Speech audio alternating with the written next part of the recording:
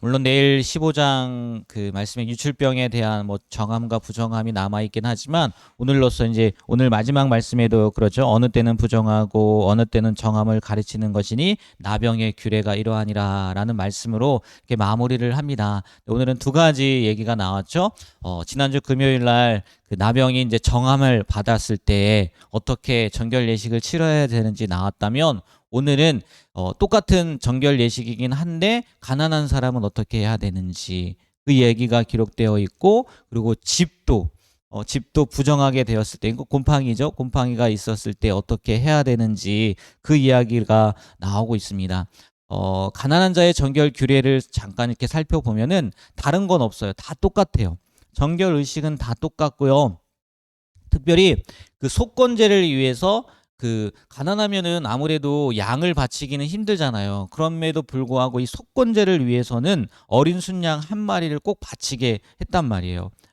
이 속건 제물은 가난한 자나 부유한 자나 동등하게 이 순양을 바쳐야 됐는데, 이거는 이 속건제는 나병 환자가 그러니까 선민으로서 하나님과 맺은 계약으로 완전히 원상 복귀하기 위해 위임제로 드리는 제사였기 때문에 아무리 가난해도 그것만큼은 동일하게 드려야 했다고 이렇게 기록이 되어 있더라고요. 그런데 이게 말씀을 쭉 보면요, 이 가난한 자가 정결 제사를 드릴 때 제물은 달랐단 말이에요. 속건 제물은 똑같았지만 그래도 이 제사만큼은 똑같았단 얘기예요. 그러니까 가난해서 제물의 종류는 바꿀 수 있어도 헌신의 모습이 약화되거나 또 사라지거나 그러면은 안 된다는 그 의미가 있다는 겁니다. 그래서 이 말씀을 가지고 우리가 이렇게 적용할 수 있다는 거죠. 교회에서 어떤 봉사를 하든 그 헌신의 의미는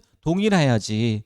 나는 조그만 거 하고 뭐 저 사람은 큰 거 하고, 그러니까 약하다고 생각할 필요도 없고 또 나는 큰 걸 한다고 생각할 필요도 없다는 거예요. 그냥 동일한 마음을 가지고 하면 그것이 하나님 안에서 동일하게 적용이 되어진다는 거죠. 우리도요, 우리 교회 가운데에서 어떤 봉사를 하든 그 봉사를 하는 것 자체를 귀하게 여기고 어떠한 모습으로든지 하나님이 기뻐하는 모습으로, 기뻐하는 방법으로 이렇게 봉사하고 섬길 수 있었으면 좋겠습니다. 이게 뭐 가난한 자의 그 나병한 자의 정결 규례에 대한 얘기를 잠깐 말씀을 드린 거고, 이제 이 마지막에 나와 있는 가옥에 생긴 나병 곰팡이의 정결 규례인데 보면요, 굉장히 이것도 세세해요. 또 생각해 보면요, 이 가옥에 발생한 거지 않습니까? 가옥. 그렇다면은 이 규례가 그러니까 만들어질 당시에 이스라엘 백성들은 어디에 살고 있었습니까? 광야에 살고 있었어요. 지금 레위기가 광야에서 시내산에서 하나님께서 이스라엘 백성들에게 주신 법 아니겠습니까? 그렇기 때문에 이때는 텐트 생활이었단 말이에요. 그러니까 지금이 아니라 장차 가나안을 정복하고 그곳에 정착했을 때 이 가옥에 나병, 뭐 곰팡이라고 생각하면 됩니다. 곰팡이나 그런 것들이 생길 때 대비해서 주어진 말씀이라는 거예요. 그러니까 하나님이 참 세밀하시긴 하다. 뭐 집까지도 이렇게 신경을 쓰시네. 뭐 이런 생각을 들 수 있겠지만 이게 곰팡이가 뭐 이렇게 사람들에게 치명적인 악 영향을 끼쳐서 그랬다고 하기보다는 이러한 것까지도 우리 옷에서도 이야기하지 않았습니까? 옷에 그 나병이 있었을 때, 옷에 그 문제가 있었을 때도 정결 규례가 나왔잖아요. 그만큼 하나님께서 이스라엘 백성들이 모든 죄악과 부정으로부터 분리된 거룩한 삶을 살길 원하시는 하나님의 마음이라고 그렇게 생각하시면 좋을 것 같아요. 그리고 또 한편으로요, 참 생각해 보면 이 말씀을 보면 그 가옥에 곰팡이가 생겼을 때 퍼지지 않았으면 그것만 긁어내면 됐어요. 그 돌만 버리고 또 주변에 긁어내면 됐단 말이에요. 그런데 일주일 뒤에 다시 제사장이 왔는데 그게 퍼져요. 그럼 어떻게 됩니까? 집을 허물어야 돼요.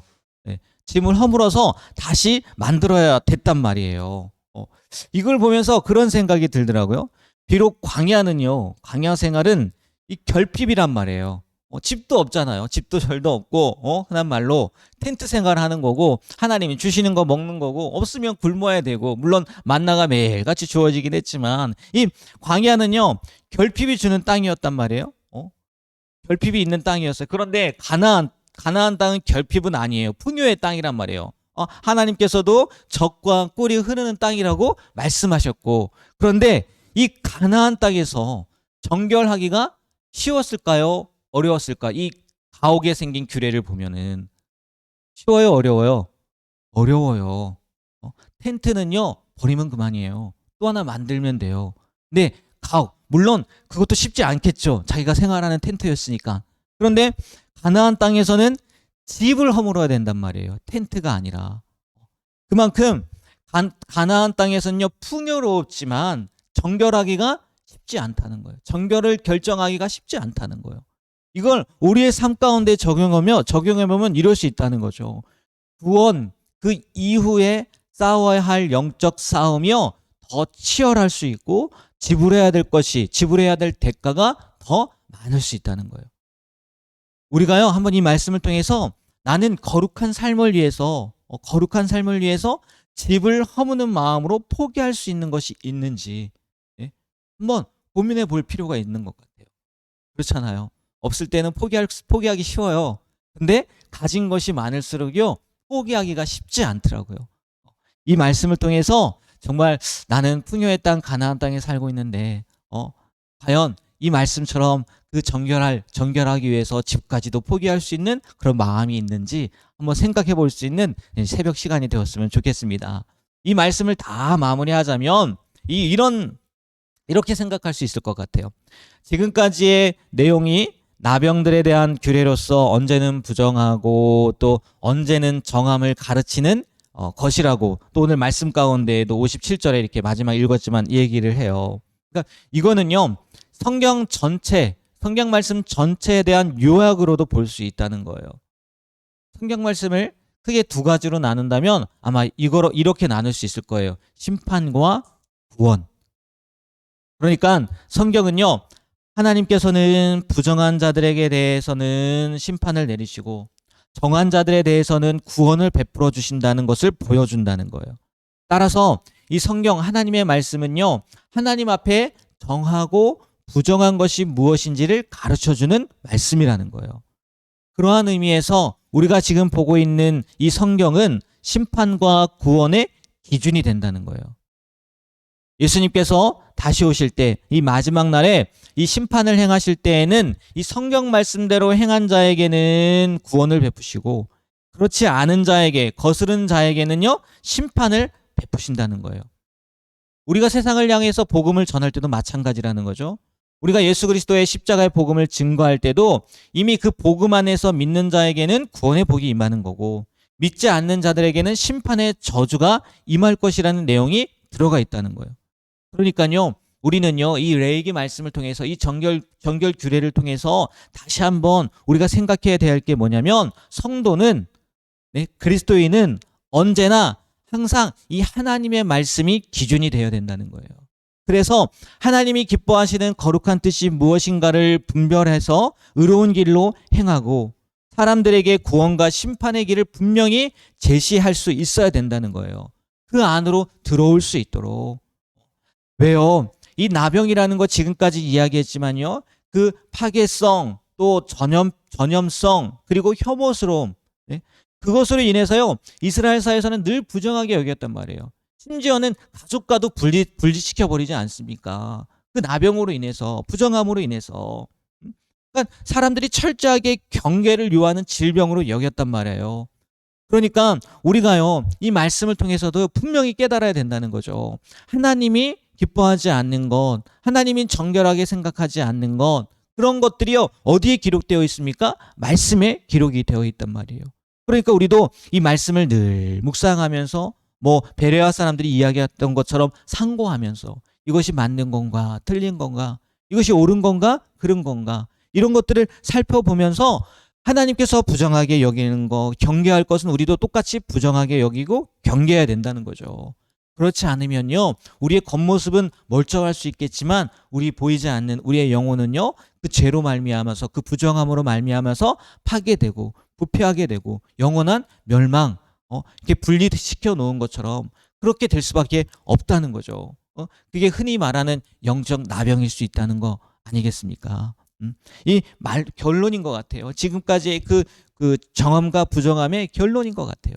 우리는 이 우리에게 주신 이 거룩한 하나님의 말씀을 기준으로 삼아 부정함과 또 정함을 분별하고 구별하고 부정함 가운데 들어가지 않는 늘 정한 모습으로 살아가게 되는 우리 중앙교회 모든 성도님들이 되시길 주님의 이름으로 부탁드립니다. 네, 기도하겠습니다. 하나님, 오늘 가난한 자의 정결 규례와 또 가옥에 생긴 곰팡이 나병에 대한 규례에 대해서 말씀을 들었습니다. 하나님, 이 말씀을 통해서 정말 오늘도 우리에게 주신 그 의미들을 기억하고 그 말씀대로 살아갈 수 있는 그런 귀한 하루가 되게 하여 주시옵소서. 가난하던 부하건 하나님께 드렸던 그 정결 예식은 동일했습니다. 재물의 차이가 났을 뿐인데 하나님, 나는 많은 것을 드리지 못합니다. 그런 마음으로 연약해지거나 또 나약해지진 않았는지 그 마음을 보시는 그 중심을 보시는 하나님 앞에 온전히 헌신하는 마음으로 나아갈 수 있는 우리가 되게 하여 주시고, 특별히 이 가옥의 규례를 통해서 가진 만큼 또 포기하는 것이 쉽지 않은 거구나 라는 것도 깨닫게 되고, 또 이 모든 것의 기준은 하나님의 말씀이라는 것을 다시 한번 알아보게 또 생각하게 되었습니다. 우리의 삶 가운데에서 하나님의 말씀이 기준이 되어서 정함과 부정함을 분별할 수 있도록 도와주시고, 특별히 하나님 늘 정한 모습으로 정결한 모습으로 영적인 나병에 들지 않는 그런 거룩한 모습으로 살아갈 수 있는 우리가 되게 하여 주시옵소서. 그렇게 힘을 주시고 또 지혜를 주시고 능력을 주실 줄 믿고 예수님의 이름으로 기도합니다. 아멘.